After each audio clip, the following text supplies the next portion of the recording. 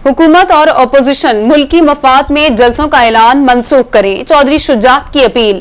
नामसाइद माशी और सियासी हालात खतरनाक महाज आराई के मुतहम्मिल नहीं हो सकते। महंगाई में पिसने वाले अवाम जलसों और नंबरों की सियासत से सख्त परेशान है।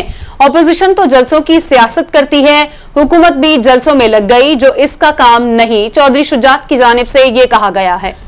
चौधरी शुजात कहते हैं कि यह सियासी मुसाबिकत मुल्क में सियासी अफरा तफरी और बहरान पैदा कर सकती है। उनकी जानिब से कहा गया कि बहरान का फायदा पाकिस्तान के अंदरूनी और बैरूनी दुश्मनों को हो सकता है।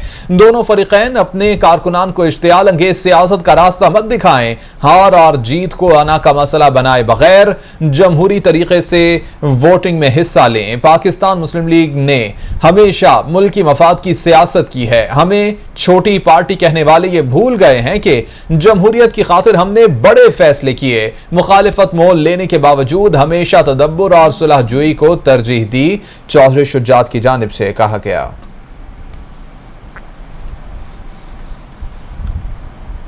परवेज खट्टर कहते हैं कि ना हमारी हुकूमत जा रही है, ना कोई तब्दीली आ रही है। हुकूमत और एस्टैब्लिशमेंट साथ हैं और साथ ही रहेंगे। हमने किसी को रोकना है, ना किसी को कुछ कहते हैं। हम संजीदा लोग हैं, कोई भी किसी मेंबर को रोक नहीं सकता। हमारा कोई इत्तेहादी हमारे खिलाफ वोट नहीं डालेगा। परवेज खट्टर की जानिब से यह कहा गया। कहते हैं कि हमारी हुकूमत जा रही है, ना कोई तब्दीली आ रही है। उन्होंने कहा, हमने कहा है जो जाना चाहता है इस्तीफा दे और हमारे खिलाफ वोट डाले। जो पार्टी के खिलाफ जाएगा वो अपने साथ और अपने हलके के साथ ज्यादती करेगा। तो गवर्नमेंट होती है तो ये दोनों इदारे हुकूमत और इस्टेब्लिशमेंट ये एक होती है। जब भी इस्टेब्लिशमेंट हुकूमत एक ना हो तो मुल्क नहीं चल सकता। तो ये गलत फहमी किसी को ना हो कि इस्टेब्लिशमेंट और हुकूमत अलग अलग है। ये दोनों एक दूसरे के हिस्से हैं और साथ हैं और साथ चलते रहेंगे। ना हमने कोई हिकमत अमली करनी है, ना किसी को रोकना है, ना हमने जुल्म ज्यादती करनी है। हम सीधे लोग हैं, हम शराफत से सियासत करते हैं। कॉन्स्टिट्यूशन के मुताबिक जो असेंबली में जाता है हमारे खिलाफ वोट होता है, किसी की हिम्मत भी नहीं उसको रोक सके। ये मैं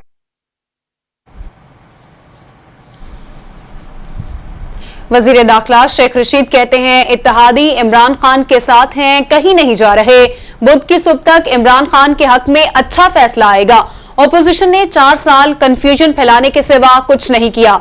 उन्होंने कहा 4 माह से फजलुर रहमान लॉन्ग मार्च की बातें कर रहे हैं, मौला जट की सियासत नहीं चलेगी।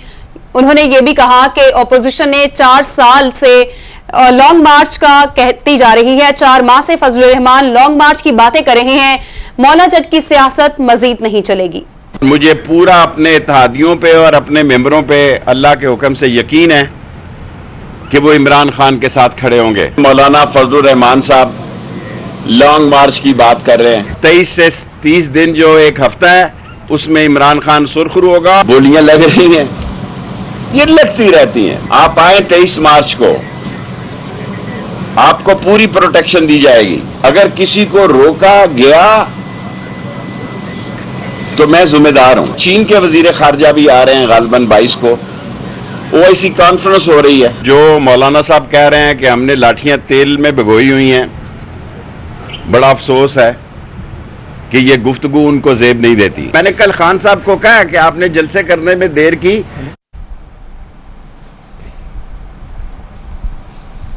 शहबाज शरीफ से एमक्यूएम पाकिस्तान की वफ्द की मुलाकात हुई है और मुलाकात में सरबराह पीडीएम मौलाना फजलुर रहमान की जानिब से शिरकत की गई है। खालिद मकबूल सिद्दीकी, आमिर खान, वसीम अख्तर, अमीनुल हक और दीगर रहनुमाओं ने शिरकत की।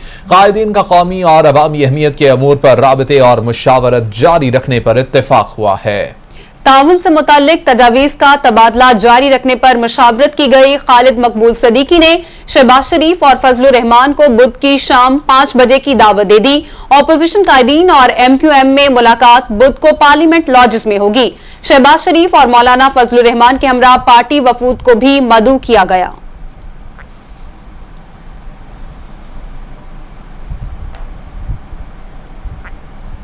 नून लीगी रहनुमा शाहिद खाकान अब्बासी कहते हैं जिस माई के लाल में हिम्मत है वो असेंबली जाने से रोक कर दिखा दे। 10 लाख लोग तहरीक अदम एतमाद को नहीं रोक पाएंगे। मेरा ओपन चैलेंज है, वजीर आजम और वज़रा को वो असेंबली जाने से रोक कर दिखाएं। उन्होंने मजीद कहा, एहतसाब का मजाक मुल्क में जारी है।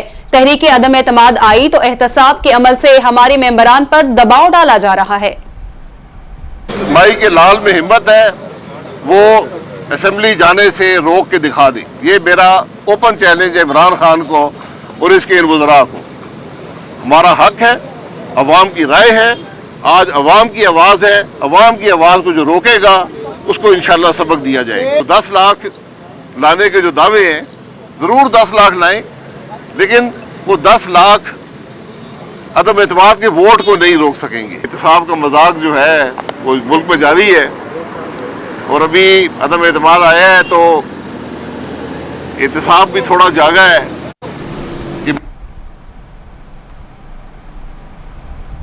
मजीद खबरें भी बुलेटिन का हिस्सा होंगी, लेकिन चौधरी शुजात साहब साहिब राय शख्सियत हैं। वज़ीर-ए-आज़म ने हमेशा इज्जत दी है। फवाद चौधरी की जानिब से कहा गया, कहते हैं कि तहरीक इंसाफ एक जमहूरी पार्टी है। वफाकी वज़ीर इत्तलात फवाद चौधरी कहते हैं कि शिद्दत पसंदी की सियासत नहीं करते, ना ही तसादुम पर यकीन रखते हैं। फवाद चौधरी कहते हैं कि हमारी सियासत की बुनियाद जमहूरियत है और अवाम की राय हमारे लिए मुकद्दम है। उन्होंने इस्लामाबाद में जलसे का मकसद तसादुम नहीं, ये ट्वीट में कहा है। आपको अपडेट कर रहे हैं। चौधरी शुजात साहब एहतराम शख्सियत हैं। वजीर आजम ने हमेशा इज्जत दी, फवाद चौधरी की जानिब से ट्वीट किया गया।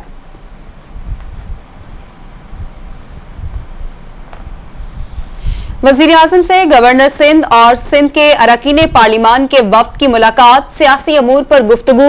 अरकान पार्लिमान का वजीर आजम की क़यादत पर मुकम्मल एतमाद का इजहार। मुलाकात में वफाकी वजीर सैयद अली जैदी भी मौजूद थे। अपडेट्स आप तक पहुंचा रहे हैं। वज़ीर आज़म से गवर्नर सिंध और सिंध के अरकान पार्लिमान के वफ्द की मुलाकात हुई है और सियासी अमूर पर गुफ्तगू की गई है। अरकान पार्लिमान का वज़ीर आज़म की क़यादत पर मुकम्मल एतमाद का इजहार। डिस्ट्रिक्ट एंड सेशन कोर्ट में E11 लड़का लड़की वीडियो स्कैंडल केस की समाअत हुई। मुल्जिमान को अदालत के रूबरू पेश कर दिया गया है। समाअत एडिशनल सेशन जज अता रब्बानी ने की और दौरान समाअत मुल्जिम अताउर रहमान के वकील राजा शफकत अब्बासी ने वकालतनामा जमा करा दिया है। मुल्जिम रेहान हुसैन के खिलाफ के वकील आसिफ मुख्तार के हतमी दलाइल मुकम्मल। मैं वीडियो में कहीं नजर नहीं आ रहा, साथ ही मुल्जिमान की निशानदही पर मुझे नामजद किया गया। वकील मुल्जिम की जानिब से यह कहा गया है, मुझ पर इल्जाम है कि मैं वीडियो बना रहा था, लेकिन ये बात साबित ना हो सकी। मुझ पर 70,000 की बरामदगी डाली गई, ये जाली बरामदगी थी जो अदालत में साबित हो चुकी। वकील मुल्जिम की जानिब से यह भी कहा गया, 164 के बयानात में मुझे भी नामजद नहीं किया गया। मेरी बरामदगी के तमाम गवाहान के बयानात में भी तसाद है।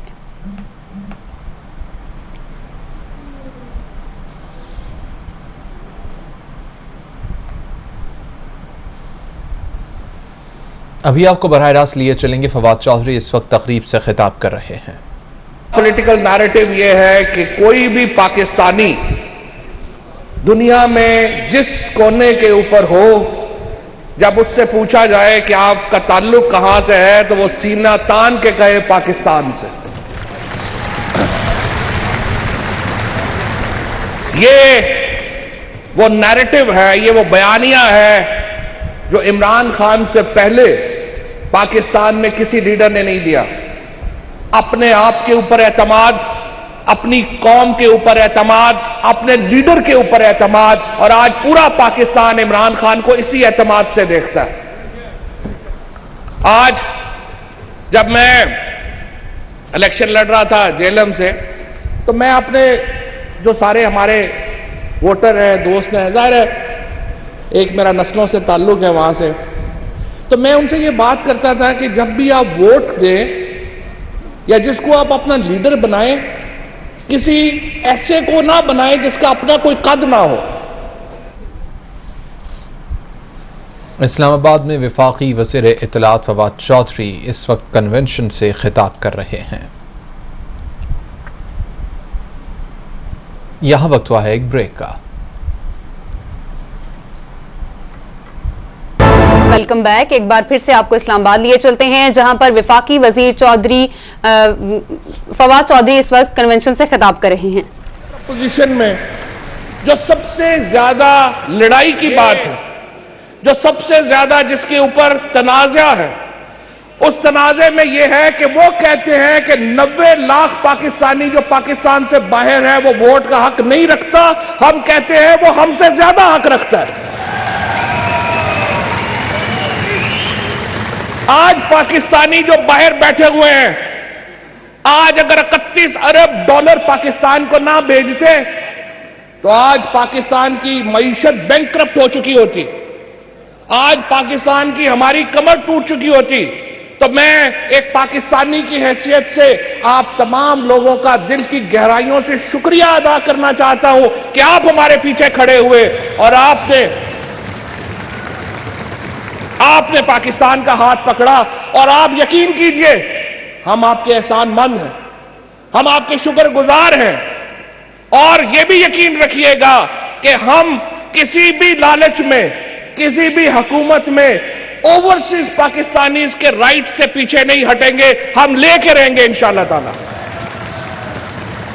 पाकिस्तान में वोट डालना ओवरसीज पाकिस्तानीज का हक है और यह हक इंशाअल्लाह ताला इमरान खान उनको दिलाएंगे और पाकिस्तान तहरीक इंसाफ जो है वो उनको दिलाएगी। इसलिए ये लोग खौफजदा हैं, ये आपके वोटों से खौफजदा हैं। अगर इलेक्शन आमतौर पे चलते जाए, उसकी वजह क्या है? जब हम एक गांव में होते हैं तो हम हमारा एक स्कोप होता है, हम अपने लड़ते भिड़ते रहते हैं, लोगों को जाहिर नहीं होता। फिर जब आप शहर में चले जाते हैं तो आपको लगता है कि नहीं, गांव के मसाइल और थे, आप अपने गांव का तहफ़्फ़ुज़ करते हैं। फिर जब आप सूबों में चले जाते हैं तो फिर आप अपने सूबे का तहफ़्फ़ुज़ करते हैं। यहां पे जब पाकिस्तान के अंदर लोग बटे हुए हैं, अपनी ज़ाती मामलात की वजह से कबीलों में बटे हुए हैं, अपने ज़ातों में बटे हुए हैं, अपने मुफादात में बटे हुए हैं, उनकी सोच जो है वो यहां मुकामी सोच के तौर के ऊपर तकसीम है। लेकिन जो ओवरसीज पाकिस्तानी है उसकी सोच, अगर आपने असल कौमी सोच का इजहार देखना है तो वो ओवरसीज पाकिस्तानी की सोच है।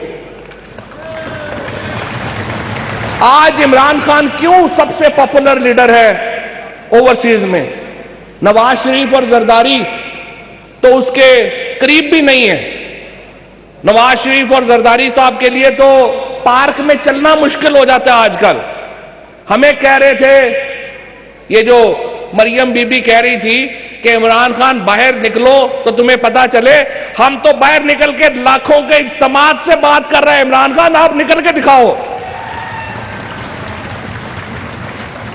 वो एक चूहा जो था ना, वो शराब के ड्रम में गिर गया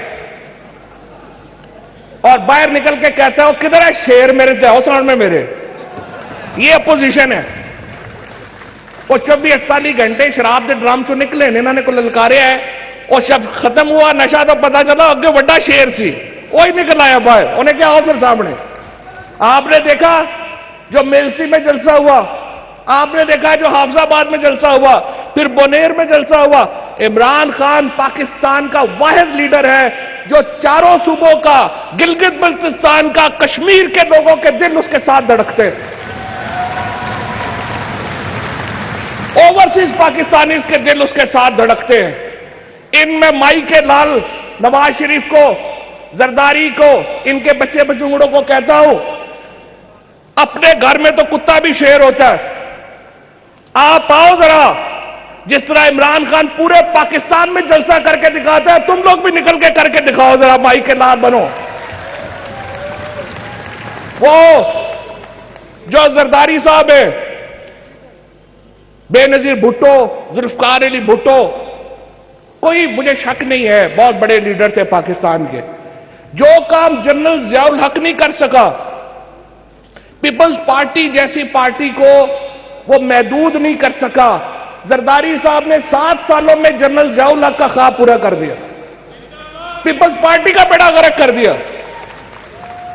और ये जो जनरल जियाउल हक के पैदा किए गए नवाज शरीफ है, बंदे में इतनी गैरत होनी चाहिए जी।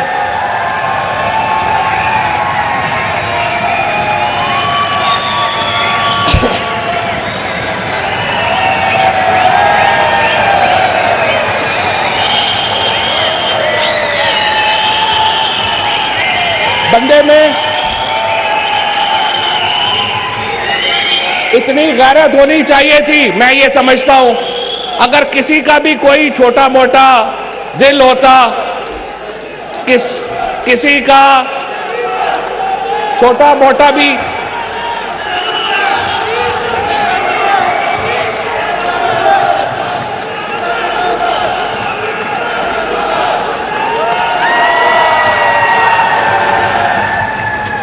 और ये जो इखलाकी हैसियत है जो नवाज शरीफ एंड कंपनी की, जनरल ज़ियाउल हक से कोई और लोग इख्तलाफ करें, पीपल्स पार्टी वाले लोग इख्तलाफ करें, बाकी लोग इख्तलाफ करें, उनका हक है। लेकिन जब आप जनरल ज़ियाउल हक के बच्चों की तरह आए थे, उन्होंने आपको पाला पोसा, पंगूड़े में दूध दिया, आपको बड़ा किया। आज जब उसकी कब्र की बेहुरमती हुई तो जुर्रत करते और कहते पीपल्स पार्टी ने गलत किया। बेशरम लोग हैं जो अपने मौसरों के साथ खड़े नहीं होते। और आज मैं आपको बताऊं, ये अभी से डर गए हैं।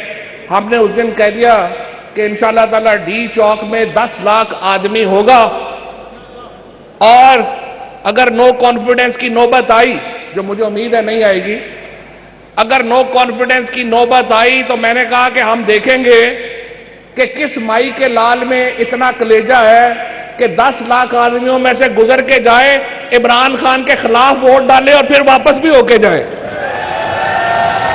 हम भी मैंने कहा जरा कलेजा टेस्ट करेंगे कि उसका क्या कलेजा है, लेकिन मुझे उम्मीद है वो नौबत नहीं आएगी और हम ये मामला जो है वो बेहतरी की तरफ जो है वो जाएंगे। आखिर में असद उमर साहब भी आ गए, तो मैं सेक्रेटरी जनरल साहब, सारी ओवरसीज जो हमारे जो लोग मुझे मिले हैं, मैं उनकी एक ख्वाहिश आप तक पहुंचाना चाहता हूं। एक तो ये कि मेंबरशिप फीस कम कर दें, और दूसरी ये कि तंजीमें जो हैं वो 1-1 साल के लिए बढ़ा दें। ये 2 काम कर दें तो हम इंशाअल्लाह इससे भी बड़े इज्तिमा जो है वो कर लेंगे। बहुत शुक्रिया, बहुत मेहरबानी। वफाकी वज़ीर इत्तलात व नशरियात फवाद चौधरी कन्वेंशन से खिताब कर रहे थे। पाकिस्तान तहरीक इंसाफ के ज़ेर-ए-तमाम इस्लामाबाद में ओवरसीज़ कन्वेंशन, जिससे खिताब करते हुए फवाद चौधरी ने कहा कि वज़ीर आज़म ने दुनिया भर में पाकिस्तानियों की इज़्ज़त और वक़ार को बढ़ा दिया है।